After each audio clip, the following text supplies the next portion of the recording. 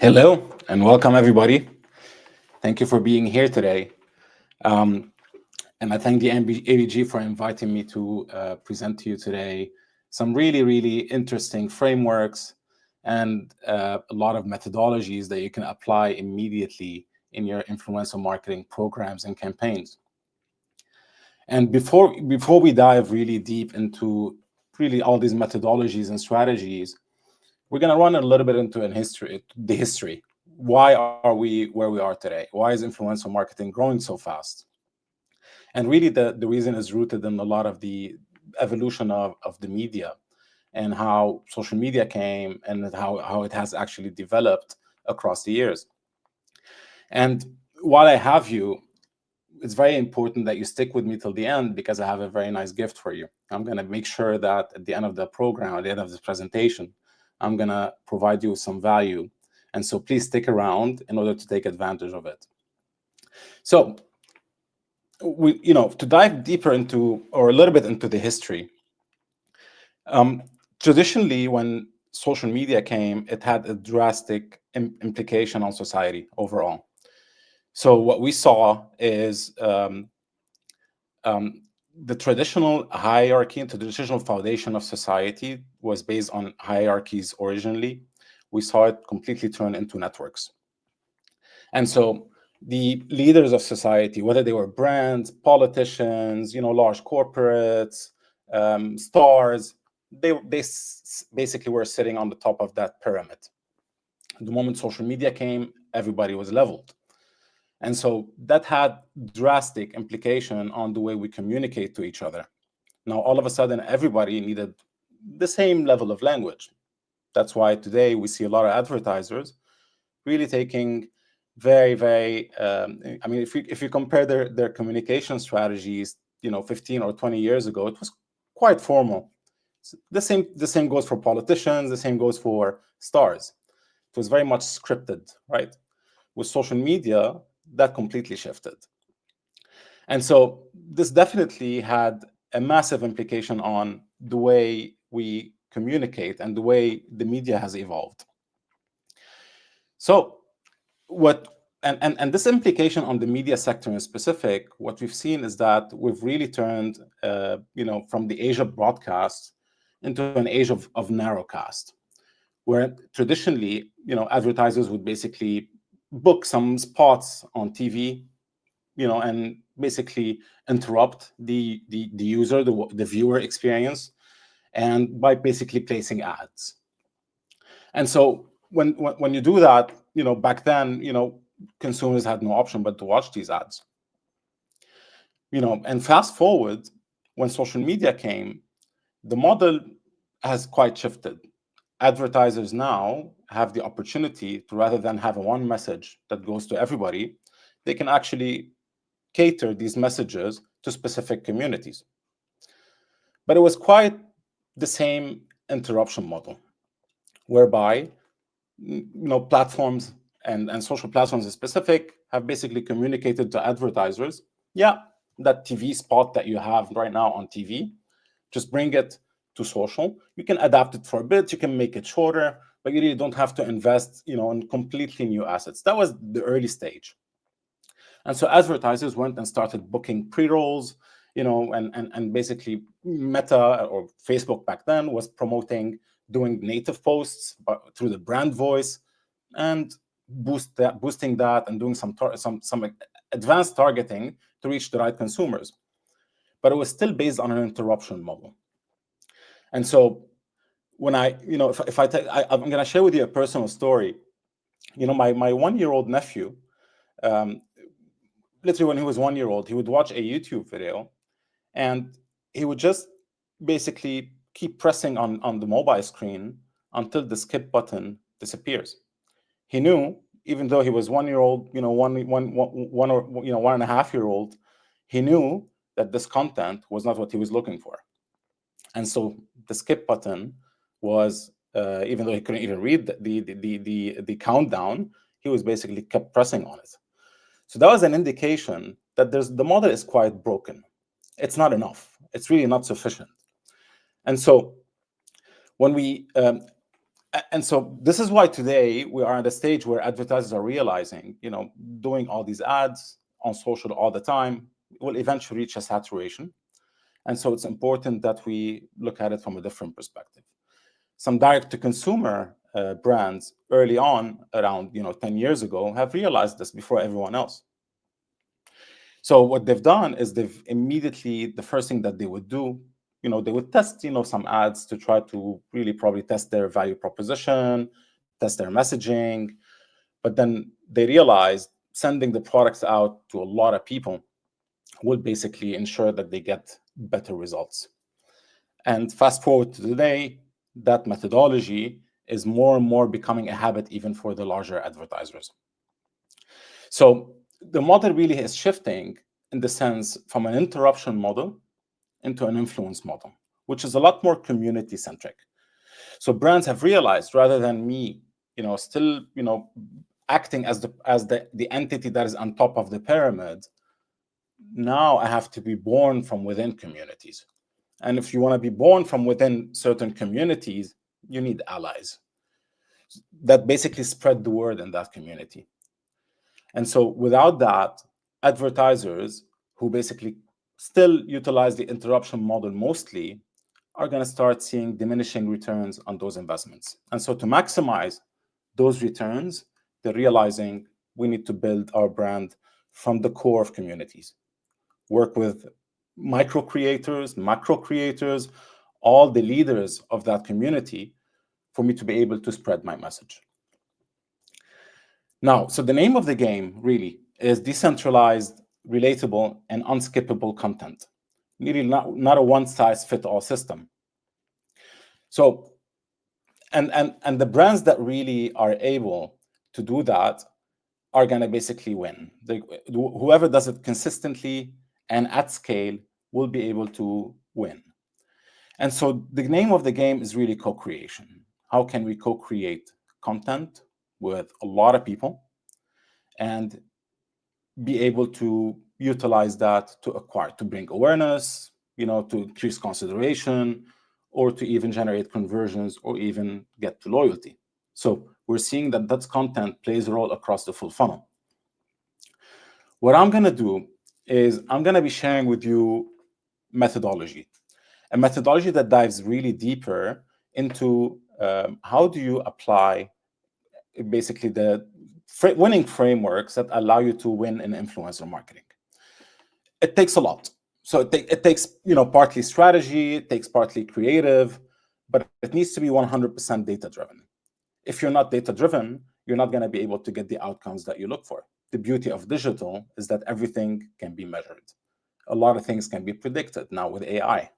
And so with the right technology, with the right mindset, with the right movement towards scale, you're going to be able to achieve a lot.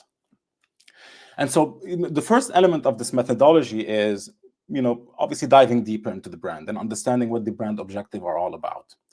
How do we actually understand the brandscape? What does it look like? What is our, as a brand, our promise to consumers? And what is it that we're basically giving them in terms of value? But the problem that a lot of advertisers do is that when they go to creators, the first thing that they do is they give them the messaging from the brand perspective, from the point of view of the advertiser. And that's why in the early stage of influencer marketing, we saw this as not performing because consumers were easily spotting the non-authenticity in the messaging when it comes to the creator. And the reason why is because there's a core element that's missing, which is how do we translate that brand promise into what we call the influence premise? How can I take that brand promise and translate it into the point of view of creators and their audience? Because that's really what you're tapping into. You're tapping into that connection between the creator and their followers. And so that requires translating the brand promise into a premise that's possibly based on, that's 100% based on the same insight, except it's from the point of view of the people. It's not from the point of view of the brands.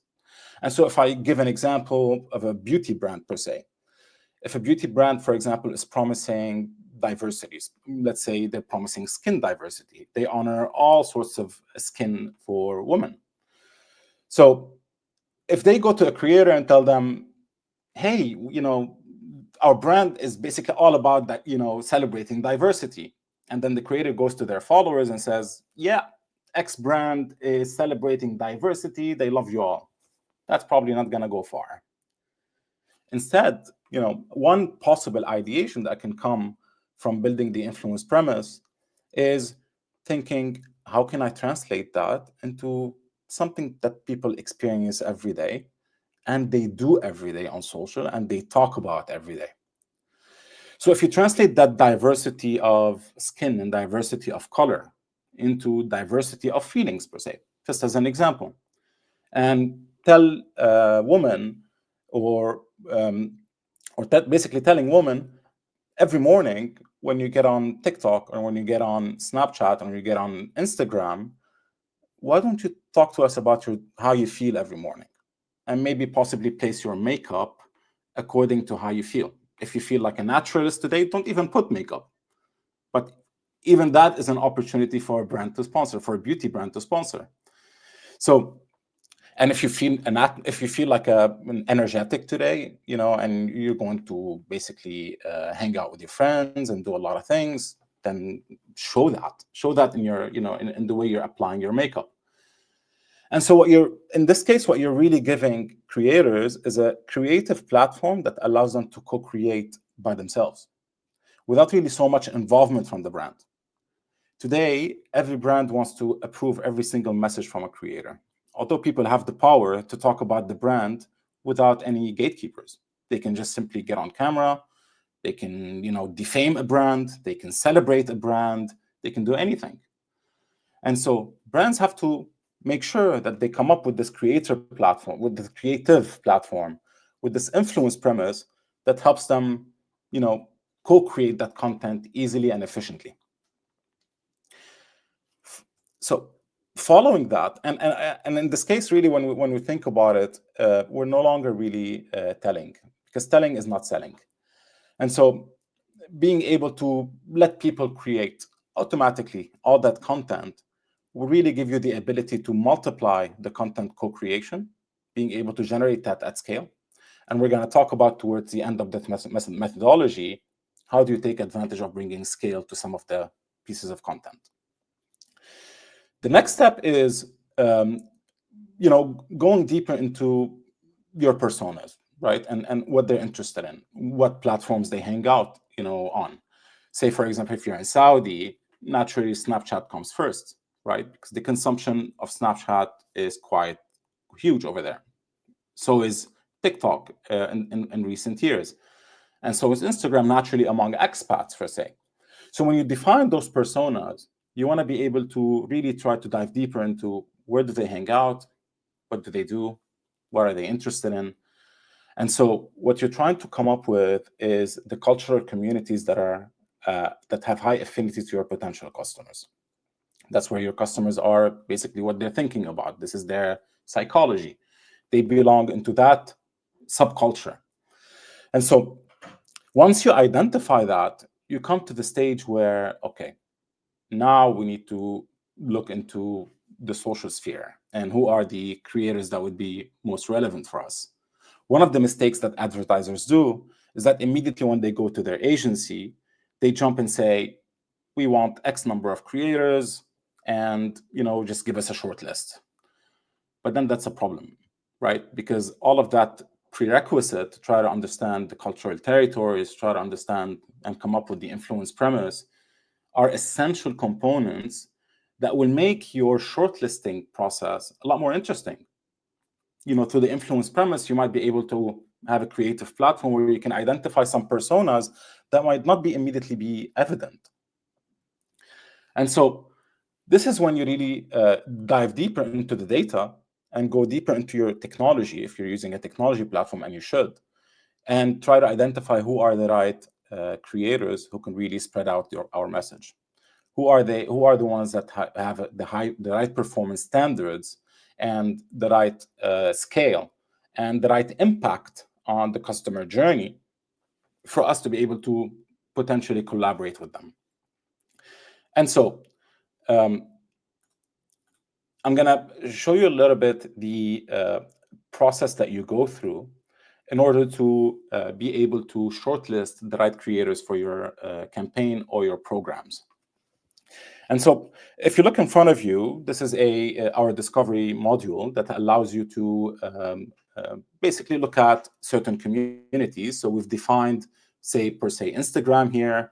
We've defined the target markets. I'm looking for women in Saudi Arabia, interested in beauty. These are the follower criteria that you're after. And you define some creator attributes, what they're interested in, where do they live, maybe what keywords they specifically talk about on an ongoing basis. If you're after sustainability, are there creators who talk about sustainability?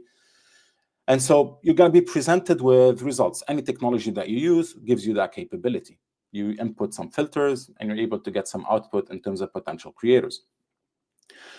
But what really matters here is, and this is where we see the biggest waste when working with creators, is being able to identify those that have the highest audience affinity, meaning the followers of this influencer, how matching are they to our target audiences, to our target customers? So, and really, what is it represented by? Say, for example, you're after, obviously followers interested in beauty, and they live in Riyadh in Saudi Arabia, and they're women predominantly. Then naturally, I need to make sure that the highest percentage of those followers match this criteria. And so if we look at all these creators, and the first people that come to mind is someone like Hanan or someone like Dina, who probably have more likelihood for them to have the right audience. So this is really the first element that you need to look at, the audience affinity. The second is naturally whether they're fit. Do they fit the target persona that we've identified earlier in our process? Do they actually have the right content? Is the content safe? And is, more importantly, do they have the right performance metrics? And things can get a little bit complex when it comes to performance. Naturally, advertisers have used the term performance to talk about the lower funnel element. But if there's anything we're going to learn, is that performance is across the full journey. And so if you look at this profile for one of the creators we're looking at, is we really need to be able to predict what their impact on the customer journey. Are they likely to generate awareness? Are they likely to generate consideration? Are they likely to generate conversion? And so, but to be able to do that, sure, if you have the right technology, some of the technology will be able to give you this insight. But more importantly, it's all about two data points: the viewership rate and the engagement rate. So from a viewership rate perspective, how many people actually view the content, compared to the number of followers on the creators. And the problem is when you look at a viewership rate or an engagement rate, if you go ask any marketer, please give me what is considered a good engagement rate, you're going to get so many answers. And they're probably not all wrong. They're probably all right. Because what we witness is that, bigger creators have, a lower viewership rate and a lower engagement rate with their followers, but they actually have bigger scale. So it's important before I select someone is what is really the impact, what is really the goal that I'm after when I want to select this creator. Is this creator the right creator to achieve the goal that I want to achieve? So if they have a high viewership rate, is this good or bad? If they have a high viewership rate and that's good, then they'll naturally be able to impact the upper funnel. They're going to likely to impact awareness. And if they generate really good engagement and their engagement rate is quite high, that means they're likely to generate some consideration because they're able to get the consumer to have another action. They're able to not just basically allow the consumer to view their content and watch it, but they also were able to get them to do another action like or comment, share, save the post, which are all important metrics that determine this engagement and hence consideration. And so the second element you want to look at is for the audience affinity, you want to dive deeper into whether the audiences are relevant or not. You want to see whether they have the right, if they have any fake followers that they've acquired across the years. Naturally, every time, on social, if you ask social platforms, there's always a 10 to 15 to 20% of followers are basically bots, because there's a lot of content farming and like farming that exists all around the world. And so you want to make sure that that number is the lowest, and you want to make sure that you have the highest affinity in those markets. And that goes, whether you're basically, and obviously when you work with creators, you're activating them, across platforms, right? Across the right platforms where your consumers are, where your potential customers are. So that applies whether it's basically on their TikTok account or on their Snapchat account. All of these matter the most. And so if we go back to the process, we will notice that by this stage, we're able to define the messaging that we want. We're able to define the personas. We're able to define some creators based on the vetting process that I was talking about. And so, after I do that with so many, I need to understand, okay, what does that look like for me when it comes to impact? What does that look like for me when it comes to specific impact on the funnel, on certain stages of the funnel? The problem with advertisers is that, or today, what they do is that they go to their agencies and they say, I want 8 macros, 4 mid-level creators, 20 micro influencers. And that has a lot of limitations, because we're just quantifying the output from a number of creators perspective, and we're missing the main important components, which is what are the KPIs that I'm going to be after. And so what matters here is being able to plan the campaign in a way that it gives me some forecast. It gives me some sort of predictions on the future. And so any technology that you use, make sure that it has such abilities to give you a glimpse into the future. So if you look here, that's a campaign plan. I have all these Snapchat stories. I have an Instagram reel. I have a TikTok video. And so, if I kind of look at the history of the creator, and I want to, and I look at what sort of brand collaborations they've done in the past, what sort of performance they generated, we can have a glimpse into the future. We can have a sort of foresight into what sort of outcomes I'm going to get. So when we plan, this is basically a plan, like any media plan. You're able to know how many views I can generate, how many engagements I can generate, and what is the earned media value of those posts. Because quantifying the earned media value early on, prior to even locking certain creators, prior to even finalizing them, you want to make sure that you're going to be getting the ROI that you're looking for. Whether you measure ROI by pure lower funnel conversions, or whether you measure the ROI across the full funnel, it's important to look at EMV as the standard. And so, when we look at this creator, we're able to have an EMV of 200K. But if I negotiate, if I call that creator, ask him to send me his rate card, and they say, for all these pieces of content, I want $25,000. And if I set it, now I understand beforehand what is my cost per view and what is my cost per engagement. So when I have all these creators on a plan, and I want to be able to define who am I going to eventually work with, I need to make sure I select the creators that achieve the KPIs that I want to go after. So if I set, I want to achieve 15 million views, and that's, currently the plan, the way it's set up, it's basically set up to achieve 15 million views, or close to 16 million views, with a viewership rate of 29% and an engagement rate of 2%. And what it's given me is that, let's say I'm investing $62,000, the EMV that I'm getting back is almost 10 times. And so clearly that's a fantastic ROI. But when you're selecting the creators, you want to make sure that at the end, the overall reach that you're going is basically going towards the target market that you're after. Because creators have followers from all over. Generally, when you look at a short list, you immediately vet, if that person has over 30%, then they're good to go. If that second one also has over 30%, we're good to go. But that's not enough. Because at the end of the day, if you have a limited budget and you want to make sure that you get the maximum outcomes from those selections, you want to make sure you select the ones that are more likely to generate the lower CPV And so they're able to generate the highest number of views possible with the budgets that I'm specifying. And the budget basically for the whole campaign would be on top. And so this is the right way to plan a campaign prior to even, sending in a legal agreement to a creator and locking them.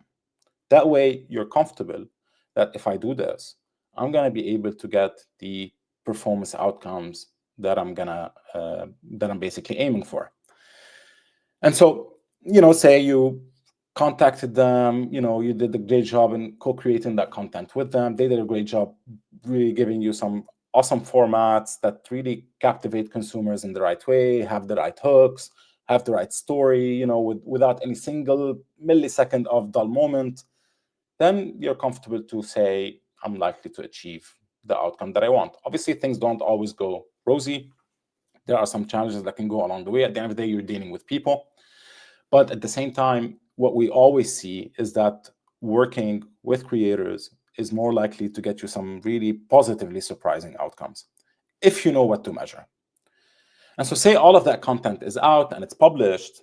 This is when you want to go into the next stage of defining the amplification design. And so prior to that, I'm going to actually, before I go into the analysis of that, a big question that comes sometimes is, okay, how do I select the platforms, right? So aside from the fact that a certain platform is, used heavily in a certain market, some platforms have an impact on part of the customer journey more than others. For example, YouTube. If you look at YouTube, YouTube clearly is the second largest search platform in the world. And if that is the case, that means consumers who are getting on YouTube have some sort of an intent. And so if they have an intent, they're basically considering. And if they are at the consideration stage, I want to make sure when they're searching, my content appears first. My content is there, whether they're searching on google.com and YouTube videos basically pop in the early results, or whether you're searching on YouTube themselves, you want to make sure you have content mapped on that stage. So if we look at this framework, brands sometimes make the mistake of, let me go to a mega creator and expect, majority conversions that come out of them. Sure, you're going to get a lot of conversions, that's for sure. But the biggest visible impact of mega creators is their impact on the upper funnel, the impact of awareness. So if you're mapping really on the customer journey, if you're looking, if you want to attract consumers, you want to bring awareness to your brand, sure, you can work with a mega creator or maybe so many macro creators or thousands of micro creators. Sure, you're going to get the awareness, but it's probably easier if I activate some, higher tiers of creators that are likely to generate that outcome for me the easiest.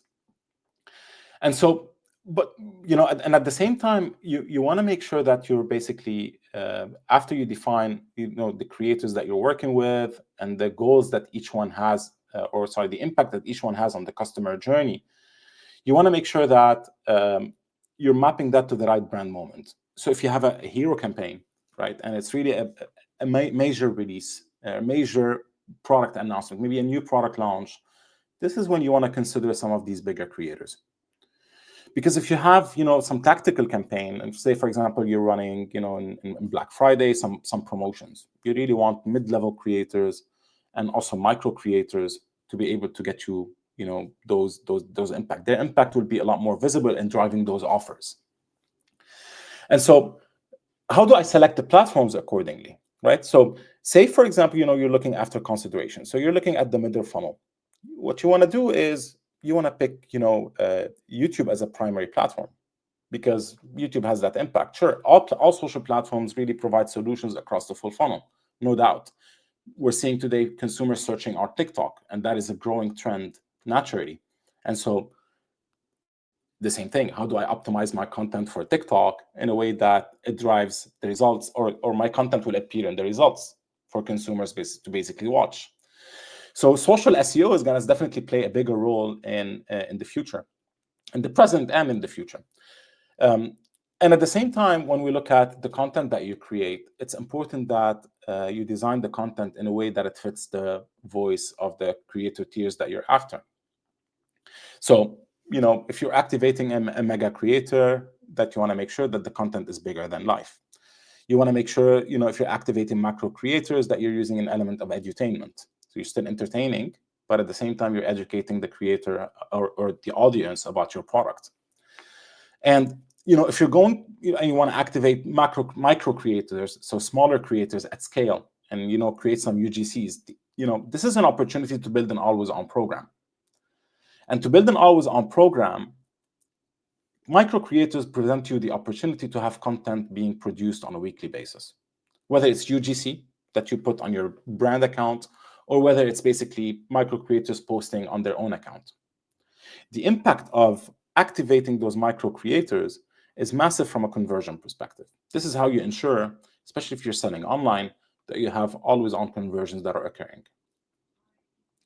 And so this planning, when you really plan for your programs or your campaigns according to this mapping of content, this is when you start generating the outcome that you want on the customer journey. So on the impact on the funnel that you want to get, and the right content that is likely to get those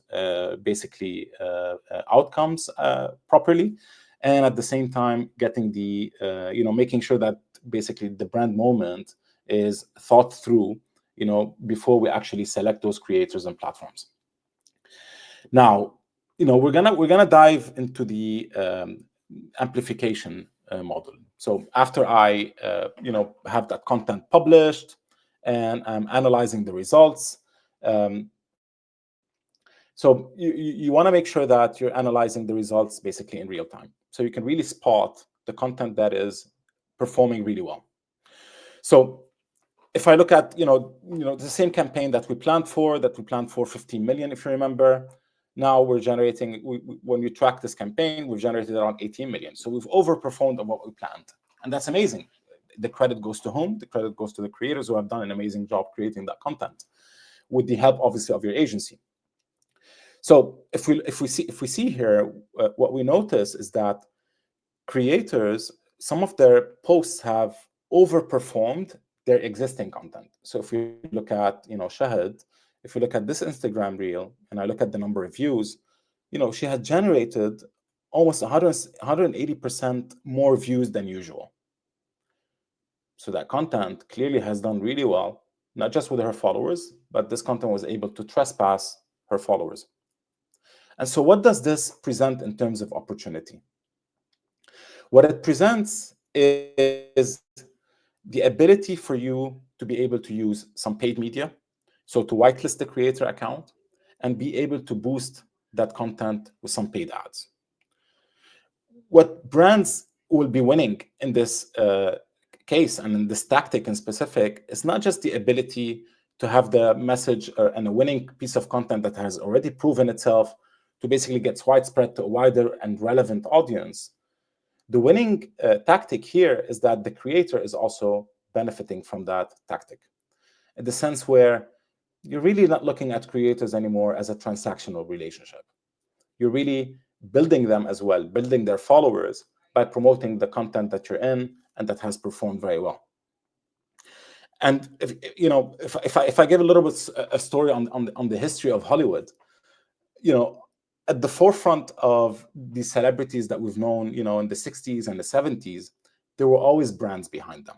If we look at, for example, Marilyn Monroe, the brand that comes to mind that has really played a big role in ensuring that she's always basically, is in public stories, that she's always being represented,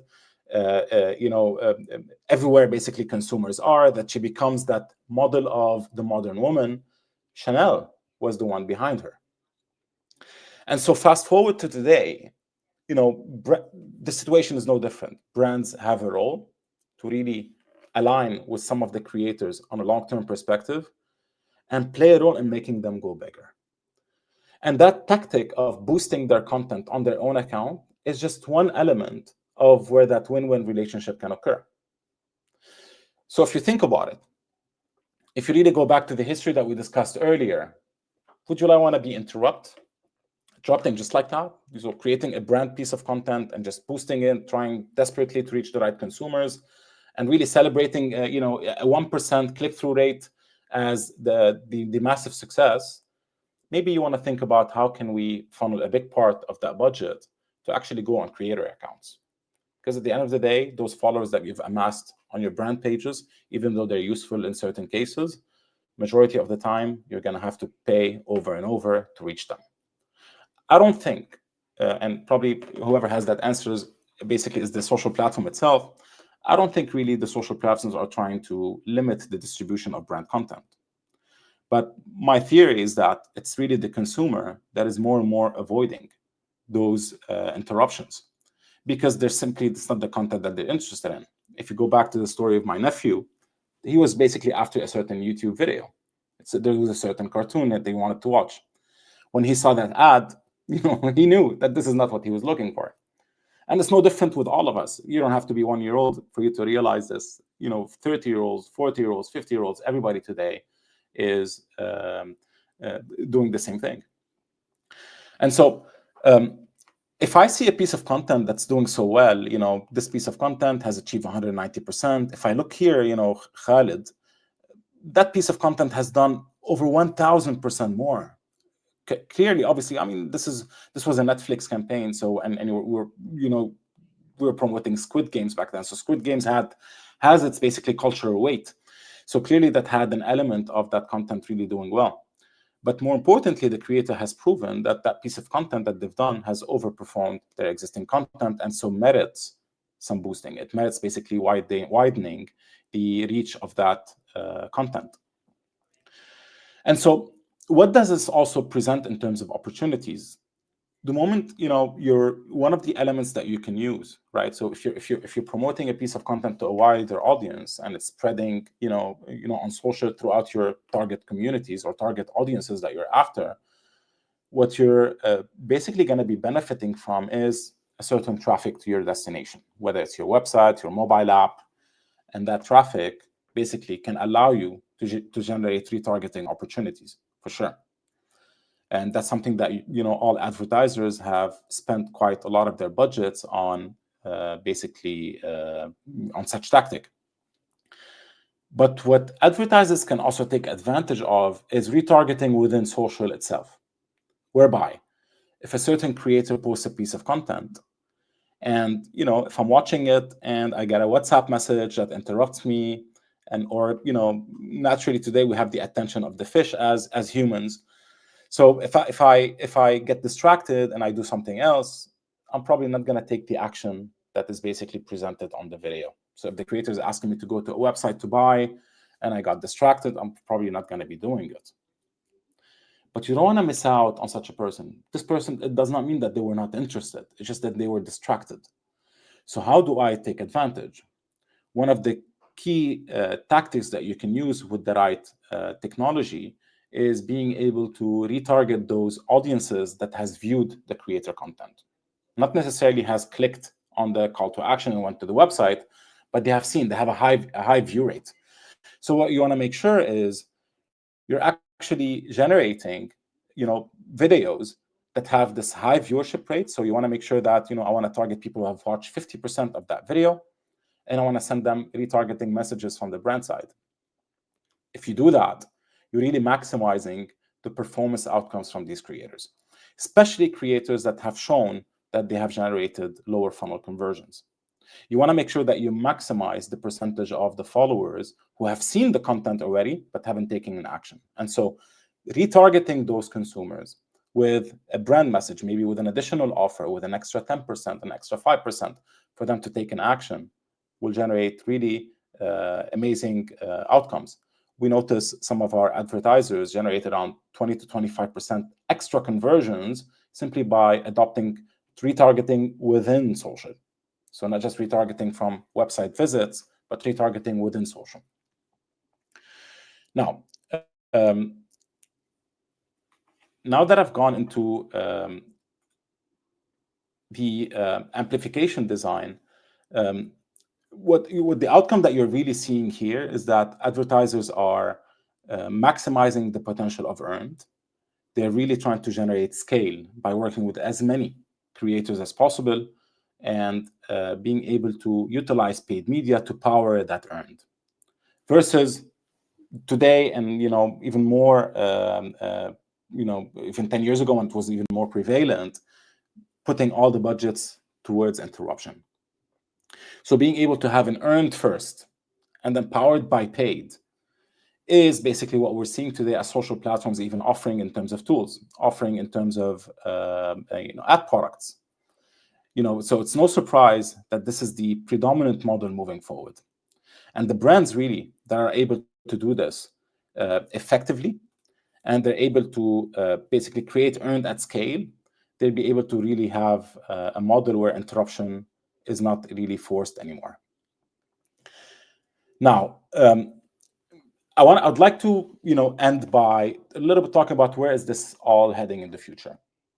Where is this all going, right? So let's say today we activate a lot of creators. We work with, let's say, 500, 400. If you work with less than that, our call to you is scale, because if you don't, someone else will, and someone else will gain that market share instead. So the key is, where is this all going? So the key in all of this model is co-creation. So co-creation, not just of content experiences, but really moving towards product experiences. And so today, that content co-creation is still transactional, in the sense where you're going after consumers and creators transactionally, asking them for certain pieces of content within a campaign time frame, and then campaign is over, relationship is over.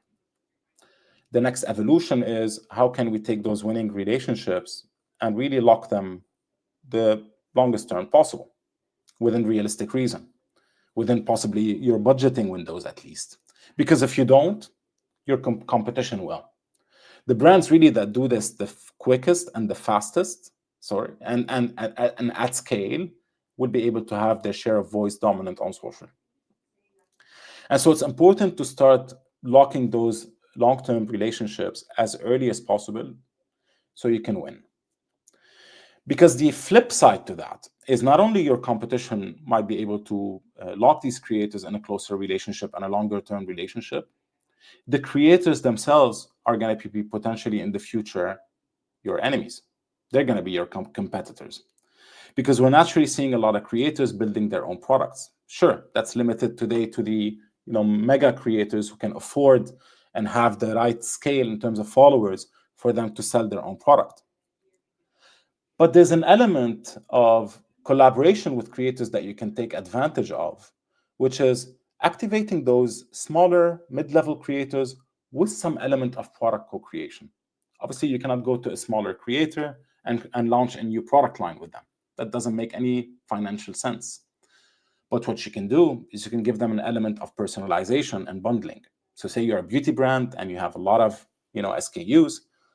What you want to do is you want to tell a creator, yeah, why don't you come and select your favorite makeup, eyeliner, and we're gonna let you create a box that is in your own brand as a creator, but it's powered by our brand. So we're powering you to build a bundle that is personalized to you, that is personalized to your own brand as a creator, that you offer to the consumer. In this case, the collaboration is no longer forced. The collaboration is very natural. The creator is selling their own product. It's powered by the brand. The brand is really powering that relationship. But it's really what it gives the ability for the creator to just co-create content at scale and sell that product. They're no longer going to be dealing with you in a transactional sense and say, yeah, I charge X dollars for a piece of content, and that's what it is. So you're giving them the ability really to build their business further. So not just basically, when you look at creators, this is only one aspect of the future of work. A lot of more and more people are going to be able to collaborate with more and more brands and generate a lot of sponsorship opportunities and make a living out of it. And so brands, what they want to make sure of, how can we take that relationship forward and help those creators earn a living by being entrepreneurs in the future of work? And these are some elements of collaborations that will be made possible in the future, and what you want to think about starting today. Now, I want to leave you with, and I want to thank you for sticking through the presentation. I promised you early in this presentation that I'm going to be providing you with a small gift.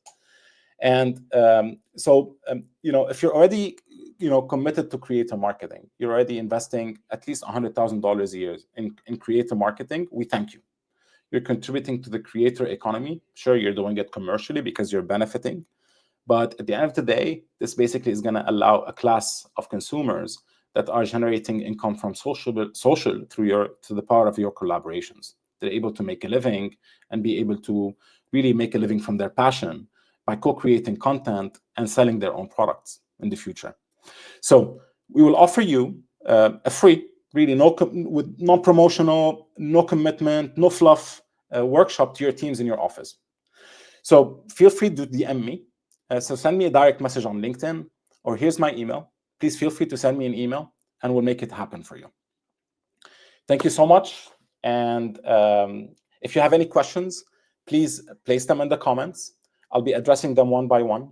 So if there are any questions that you want to think about throughout all of this presentation, then I'm going to be happy to answer them for you. If you want to do it further, you want me to contact you and answer some of these questions verbally, would be more than happy to do that. Thank you very much.